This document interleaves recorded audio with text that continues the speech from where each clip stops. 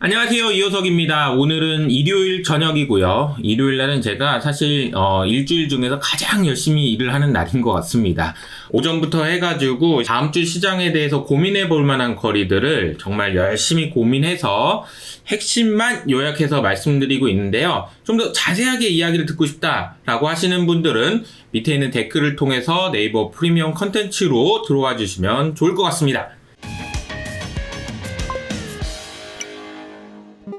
자, 오늘은요, 시장에 대한 고민들을 조금 더 해보도록 하겠습니다. 그래서 여러 가지 고민들이 있으실 것 같은데, 이래도 좋고, 저래도 좋은 포지션은 어떤 것이 있을 것인지에 대한 생각들을 좀 말씀드려 보도록 하겠고요. 두 번째로는 중국에 대한 이야기를 빼놓지 못할 것 같아요. 그리고 세 번째는 가장 중요한 이벤트죠. 잭슨홀 미팅을 앞두고 우리가 관심을 가져야 되는 주제. 이번 회의에서 잭슨홀 미팅의 주제는 세계 경제의 구조적인 변화인데 이 내용에 대한 설명을 드려보도록 하겠습니다. 우선 이번 주 일정부터 보면요. 월요일 드디어 중국에서 금리 결정이 있는데 사실 이게 금리를 파격적으로 인하하긴 좀 어려워서 게임 체인저가 될 수 있을지는 미지수지만 어쨌든 중국에서 중요한 의사결정이 있다라는 점이 중요하고요. 두 번째로는 한국에서는 8월 소비자 동향 그리고 가계신용과 관련된 데이터들이 발표됩니다. 이번 주 제일 중요한 일정은 잭슨홀 미팅과 그리고 수요일에 있을 엔비디아 실적이 될 텐데요. 이건 못지않게 중요할 거라고 생각되는 것이 하나 있습니다. 이게 뭐냐면은 전미 자동차 노조에서 파업을 결정한다라는 이야기가 나와요. 그건 주중에 일어날 것 같은데요. 자, 이 부분이 중요한 이유는 노동자들의 권위가 얼마나 높아지는지를 확인할 수 있는 그런 일정이기 때문입니다. 어쨌든 전미 자동차 노조에서 파업을 결정할지 여부도 체크를 해보시면 좋을 것 같고요. 뭐니 해도 엔비디아 실적이 어떻게 나오는지 그리고 잭슨홀 미팅에서 파월이 어떻게 연설을 하는지까지 여러분들 주목해서 보셔야 될 것 같습니다. 지난주에 여러 가지 이벤트들이 이렇게 있었는데 그중에 가장 인상적이었던 것 중에 하나는 역시 미국의 30년 모기지 채권의 금리가 7.16%. 그러면 이게 언제냐면요. 2002년까지 가야 되거든요. 그러니까 정말 금리가 많이 오르긴 했구나라는 것을 알 수 있는 것 같습니다. 코스피 차트를 제가 또 한번 가져와 봤는데요. 코스피가 지난주에 2500선까지 매우 빠른 속도로 하락하다가 그래도 이틀 동안 이건 아니지 않나? 라는 생각들을 시장 참여자들이 조금 했다라는 것을 차트상으로 확인해 보실 수가 있는데 자, 이런 지표까지 보여드릴지 몰랐는데 자, 이것은 우리가 매물대라고 하는 건데요. 이 기간 그러니까 작년 8월부터 약 1년 동안에 코스피에 참여하는 사람들이 어떤 가격대에서 가장 거래를 많이 했니? 라는 질문에 대한 대답이라고 볼 수 있습니다. 그래서 지금 보시면은 2450에서 2500 사이에서 대략 20%의 거래가 일어났다라는 이야기고요. 자, 이렇게 매물대가 있다라는 것으로 주가가 바닥입니다 라고 말씀드릴 수는 없지만 이 구간에서 매수든 매도든 했던 사람들이 많다라는 것은 의미 있는 지지선이 될 수 있다라는 것은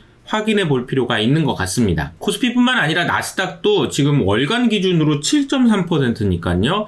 생각보다 굉장히 큰 폭의 조정을 받고 있습니다. 작년 말부터 계속됐던 상승 흐름이 좀 의미 있게 좀 조정을 받고 있는 구간인 것 같습니다. 주간 단위 성과로 놓고 봐도 테슬라가 11%는 하락했고요. 메타가 6% 등등 전반적으로 하락하는 모습을 보인 가운데 엔비디아만큼은 6% 상승하는 모습을 보이기도 했습니다. 매크로 변수 중에는 뭐니 해도 달러가 도대체 어디까지 강세로 가느냐 이 부분도 좀 중요할 것 같고요. 이것이 중요한 이유는 결국은 원화 약세가 어디까지 갈 수 있느냐가 될 텐데요. 역시 마찬가지로 올해 4월 달에 기록했던 고점 수준인 1330원대에서 이거 가야 돼? 말아야 돼? 이런 고민들을 시장 참여자분들이 많이 하고 있는 것 같습니다. 자, 이제 여러 가지 시나리오를 쓸 수 있는데 환율이 여기서 만약에 더 올라간다라고 하면은 주식시장에 좀 부정적인 영향을 피할 수가 없을 것 같고요. 다행히 옆으로 가거나 혹은 내려와 준다면 주식시장에도 긍정적인 흐름을 기대해 볼 수 있을 것 같습니다. 유가는 다행히 지난주에 중국 경제 둔화 우려를 반영하면서 조금 하락하는 모습을 보였네요. 지난주 매크로 변수 중에 가장 인상적이었던 것은 역시 비트코인이 되겠습니다. 비트코인이 어쨌든 올해 가장 많이 올랐던 자산 중에 하나잖아요. 그런데 삼각 수렴 후 비교적 큰 폭의 약세를 보였습니다.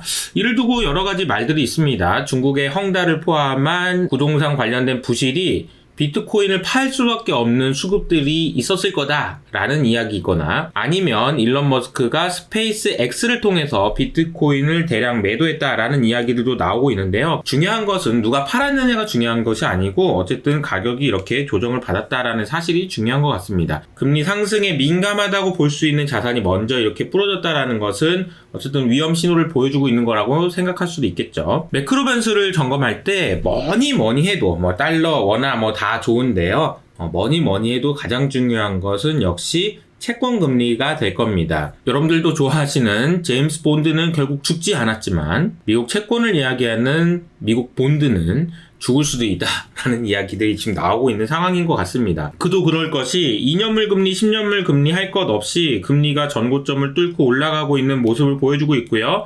이 부분은 제가 한 3주 전부터 계속해서 매크로 변수 중에서 특히 금리가 더 올라간다라면 여러분들 리스크 관리를 하셔야 됩니다 라는 말씀을 드렸던 것과 일맥상통하다라고 볼 수 있죠.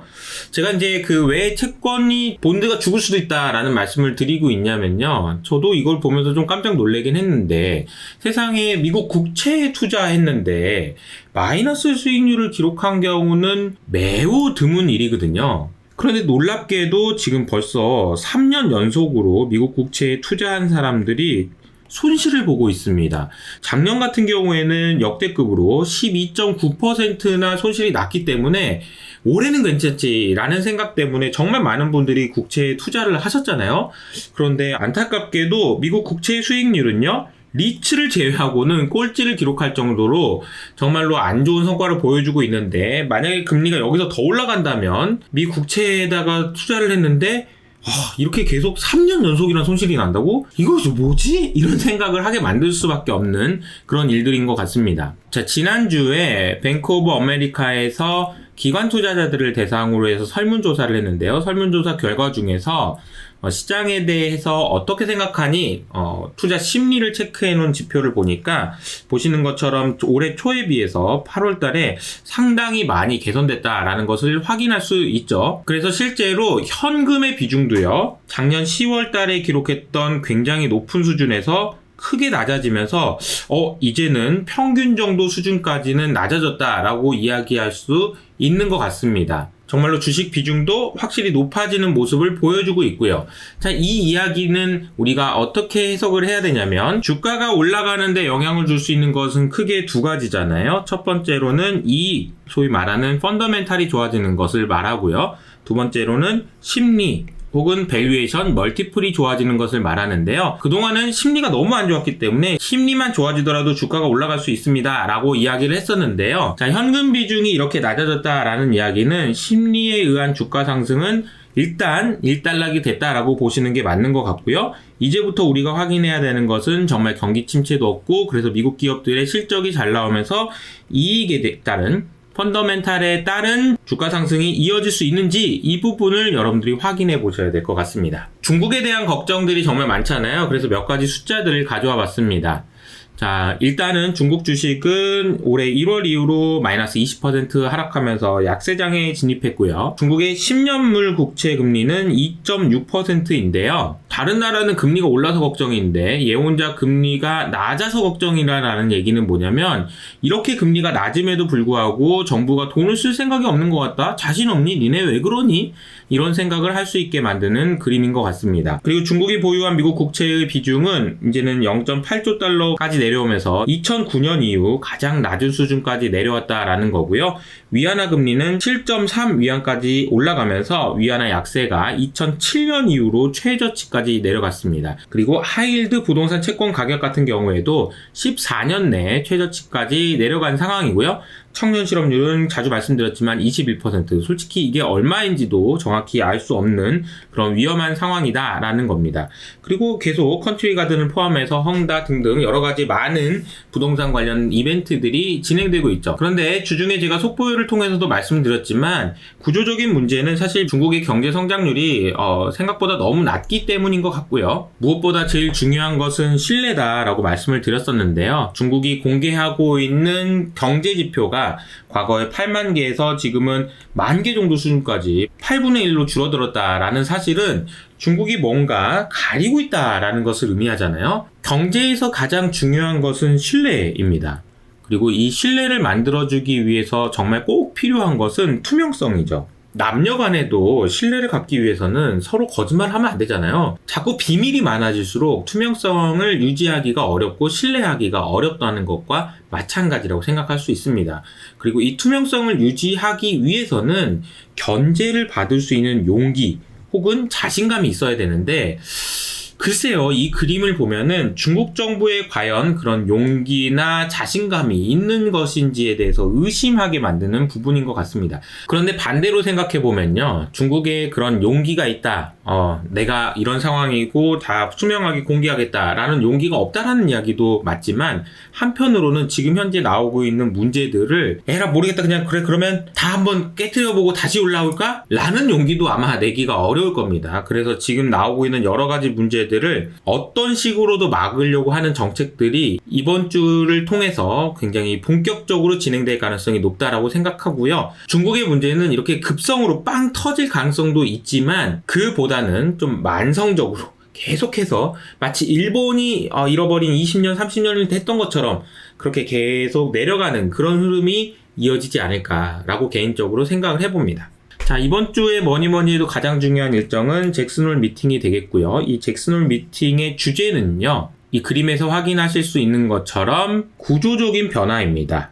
전 세계 경제의 구조적인 변화가 무엇인지에 대해서 제롬 파월을 포함한 전 세계 중앙은행에서 일하고 있는 수많은 사람들이 모여서 같이 이야기를 하는 시간이 될 것 같습니다. 작년 8월을 생각해보면 정말 파월 의장이 딱 이렇게 인상 쓰고 딱 5분 만에 나 아무 말도 안 할 테니까 잘 들어 그러면서 주가 더 빠질 거다, 견뎌라, 힘들겠지만 이렇게 얘기했다라는 걸 생각을 해보면 올해는 그 정도는 아닐 것 같아요. 긴축은 거의 끝날 것 같다라는 신호를 줄 것 같고, 그 대신에 높은 금리는 조금 더 갈 거다라는 이야기를 하면서 약간 밸런스를 맞춘 그런 톤으로 이야기하지 않겠냐라는 블룸버그의 전망이 있었고요. 저도 그 생각과 거의 동일합니다. 그런데 사실 중요한 것은 이 세계 경제의 구조적인 변화라는 것이 도대체 무엇이냐라고 생각을 해보면요, 구조적인 변화라는 것은 진짜 무서운 거잖아요. 그래서 기술 혁신, 새로운 경제 발전, 이런 부분들은 긍정적으로 생각할 수 있는 구조적인 변화라고 한다면 아마 자본이나 노동력의 변화, 그리고 가용성, 자원을 쓰기가 좀 어렵다라는 측면, 그리고 정치 변화, 이런 부분들이 아마도 조금 부정적인 영향을 줄 수 있을 것 같습니다. 그래서 이 부분들이 글로벌 경제, 인플레이션이든 성장이든 이런 부분에 어떤 영향을 줄 것인지에 대해서 이번 잭슨홀 미팅에서 심도 깊은 이야기가 있을 것 같고요. 그래서 그 내용을 간단하게라도 제가 설명을 드려보도록 하겠습니다. 우선 기술혁신이나 새로운 경제 발전과 관련해서는 딱 한마디 드릴 수 있는 게 AI죠. 손정희 회장이 청와대에 오셔가지고 얘기했던 게 갑자기 생각이 나는데, 좋은 기억만은 아니지만 어쨌든 올해 주가 상승을 이끌었던 것은 뭐니 해도 마이크로소프트의 챗 GPT를 필두로 한 AI의 역할이 매우 컸다라고 볼 수 있을 것 같습니다. 그런데 보시는 것처럼 마이크로소프트 역시 지금 한 5주째 연속으로 주가가 하락하고 있는 상황이고요. 2년 전에 기록했던 전고점 이상 상승했다가 다시 조정받고 있는 구간이라서 과연 마이크로소프트가 어떻게 될지 이게 참 중요한 질문이 될 것 같습니다. 그리고 뭐니 해도 엔비디아가 중요할 텐데요. 지난번 실적 발표 이후로 주가가 크게 상승했던 엔비디아가 어느새 좀 조정을 받아서 이 정도 수준까지 지금 내려온 상황인데요. 이번 주에 실적이 발표된 이후로 주가가 어떻게 되는지가 앞으로의 시장을 예측할 때 정말 중요한 변수라고 볼 수 있을 것 같습니다. 그래서 이번 주 수요일에 발표되는 엔비디아 실적이 너무너무 중요할 것 같습니다. 구조적인 변화 중에서 이 노동시장의 변화에 대한 관심들이 최근에 높아지고 있는 것 같아요. 특히나 월스트리트저널에서 이제는 진짜 싼 거, 울트라 칩한 그런 제품을 만드는 것은 세상에 없어질 것 같아 라고 이야기했는데, 그 내용을 보면 상당히 좀 인상적이더라고요.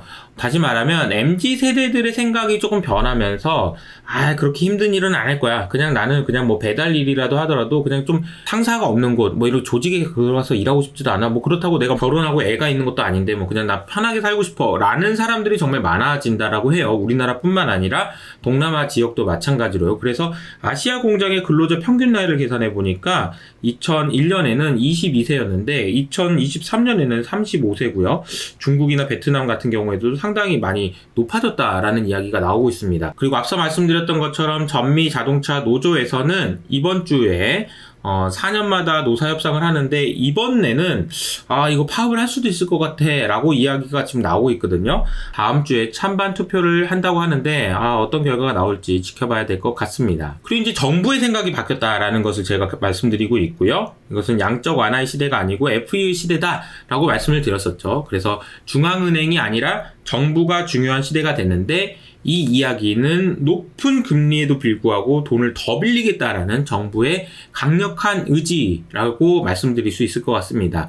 그래서 미국 부채는 2023년 8월에 33조 달러를 기록했던 미국 부채는 52조 달러까지 10년 안에 올라갈 거다.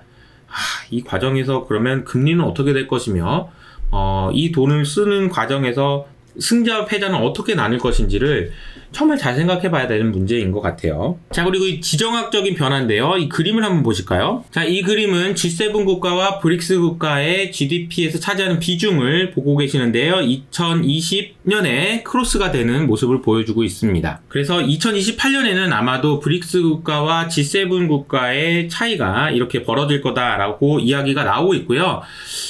이번 주에 있을 여러 가지 일정 중에서 브릭스 회의도 있거든요. 그래서 브릭스 회의에서는 놀랍게도 이런 이야기들을 하고 있는 것 같아요. 잠재적인 멤버들에게 너네 또 들어와 라는 이야기를 하고 있는데요. 좀 옅은 노란색으로 되어 있는 것이 브릭스 국가들이죠. 그래서 브라질, 중국, 러시아, 인도, 남아공 이렇게 5개의 국가가 브릭스라고 할 수 있는데 이 국가들 말고도 들어와 일로 들어와 라고 이야기를 하면서 이번 회의에서는 같이 들어오자 라는 이야기를 할 것 같고요. 들어와서 뭐 할 거냐 라고 생각을 해보면 미국을 지워버리자. 우리 이제 미국 진짜 좀 밉지 않니? 그러면서 이제 미국을 지워버리는 일들을 하게 될 것 같다 라고 이야기를 하고 있습니다. 그리고 이 그림에서 보시는 것처럼 2023년 기준으로 브릭스가 벌써 GDP에서 차지하는 비중은 벌써 넘어섰어. 쟤네들 말을 우리가 꼭 들어야 되니? 라고 지금 이야기하고 있는 상황이고요. 아마도 이제 많은 분들이 그래도 브릭스가 뭐가 문제가 있겠어 라고 생각할 수 있지만 저도 이 그림을 보면서는 한 가지 좀 뭐지? 이런 생각을 좀 할 수밖에 없었던 이유가 우리가 유가를 생각해 보면은 오펙 회의에서 모여가지고 담합을 해가지고 가격을 결정하려고 노력을 많이 하잖아요. 그런데 이 유가뿐만 아니라 정말 많은 커머더티 있잖아요. 이 커머더티에서 해당 국가에서 차지하는 비중이 50% 이상 넘어가는 그런 커머더티들이 굉장히 많다고 합니다. 그리고 많은 것들이 브릭스이거나 브릭스에 포함되려고 하는 국가라는 점을 생각해보면 이 여러 가지 지정학적인 변화라는 부분들도 시장에 주는 영향을 고민해보지 않을 수 없는 것 같습니다. 시장에 대한 고민을 좀 정리를 해보면 여러 가지 많은 리스크들이 있죠. 구조적인 변화들도 사실 따져놓고 보면 AI를 제외하면 나머지 것들이 다 부정적인 영향을 줄 수 있는 요인들이어가지고 걱정되는 것이 사실입니다. 그리고 중국도 뭐 하나 좋은 것이 없는 것 같고요. 하지만 시장에 대해서는 역시 가격이라는 측면 그리고 결국 경기 침체가 없다면 실적이 좋아지면서 주가가 올라갈 수 있는 종목들을 골라내고 솎아내는 작업들을 하시는 것이 너무나도 중요하다라는 생각을 말씀드리면서 저는 여기서 인사드리도록 하겠습니다. 그리고 자세한 내용이 궁금하신 분은 아래 댓글을 꼭 확인해 보시기 바랍니다.